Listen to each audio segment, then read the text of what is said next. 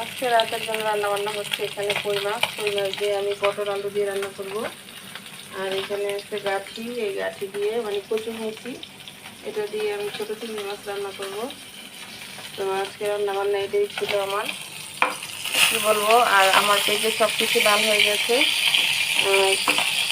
কবে কবে যে ঠিক হবে বেশ নিজেও জানি না, কারণ কাজ করতেছি, দেখি কি হয় জানি না, আল্লাহ জানে।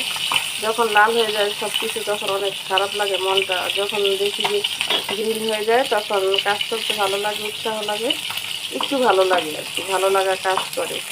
আর যখন সব রেডি হয়ে যায় তখন মনটা খারাপ হয়ে যায় যে আল্লাহ সব কিছুটা রেডি হয়ে গেছে, কেমন এটা কীভাবে কতদিনে সারবে জানি না। তো যাই হোক, আপনাদের সাথে সব কিছু শেয়ার করি, দোয়া করবেন যাতে আমার চেষ্টা অতি অবশ্যই গ্রিন হয়ে যায় আর আমার একটা ভিডিও যেন তাড়াতাড়ি ভাইরাল হয়ে যায়। যেহেতু 1 বছর হয়ে গেছে এখানে কাজ করতেছি।